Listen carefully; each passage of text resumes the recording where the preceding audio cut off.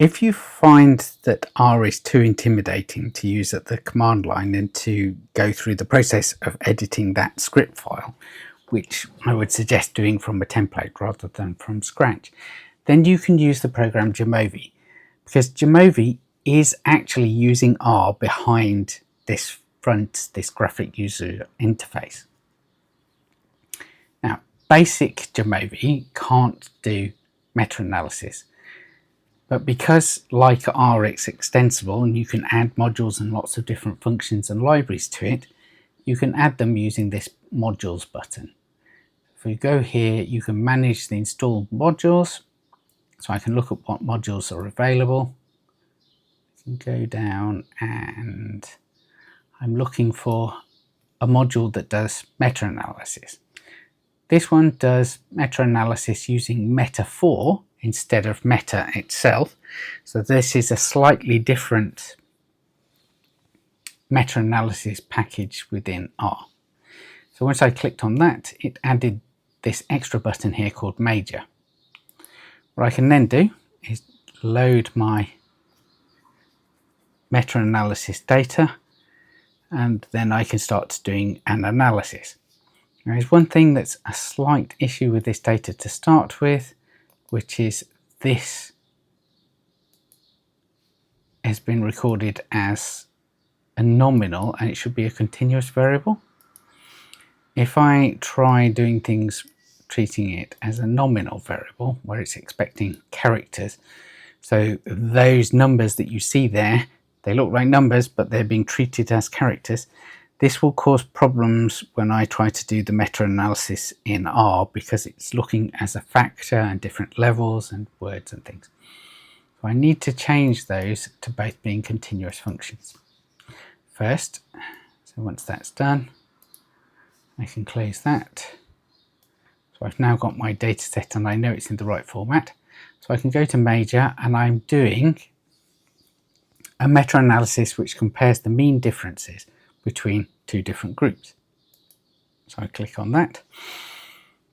Now at the minute this output thing is blank because it hasn't done any particular calculations, because I haven't defined what the groups are. So first thing I need to do is define the group 1 sample size, mean and standard deviation. This can be the treatment or it could be the control, it doesn't matter which way around you put them.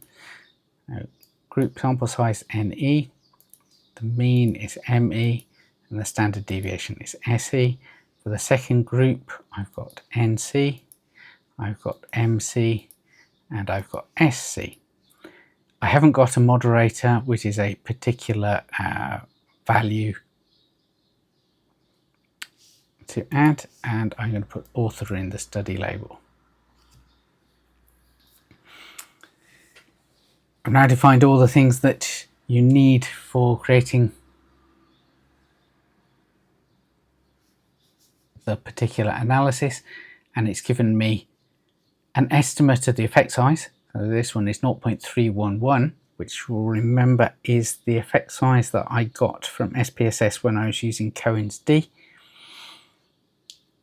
I've got the confidence bounds for it, I've got the p-values, I've got an analysis of the heterogeneity, and the nice thing about the analysis in Jamovi is there's this big long text explanation about the heterogeneity and what it means for your data. Things like Cook's distance tell you that none of the studies is particularly influential and changing the effect size and skewing the effect size. Here is the forest plot, which I can export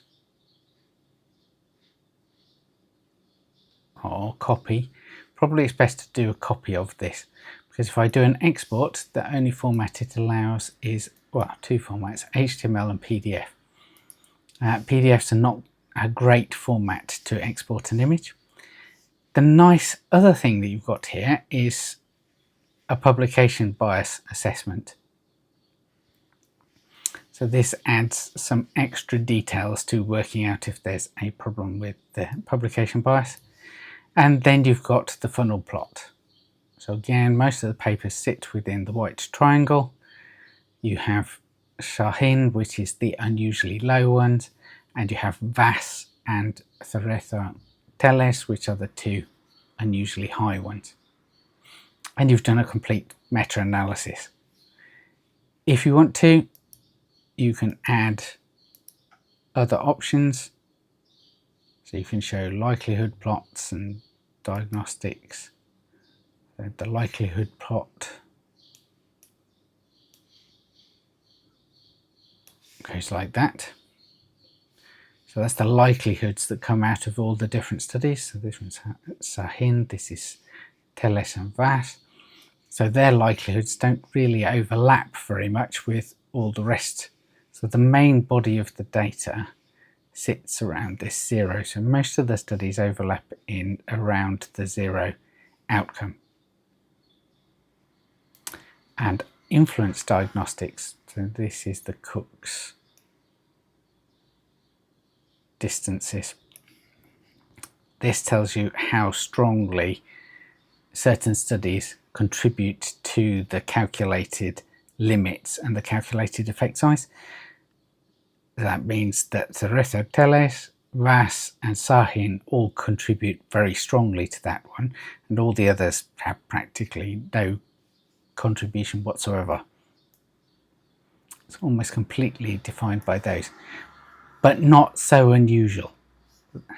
The Cook's distance is not so massive that you would think to exclude those papers.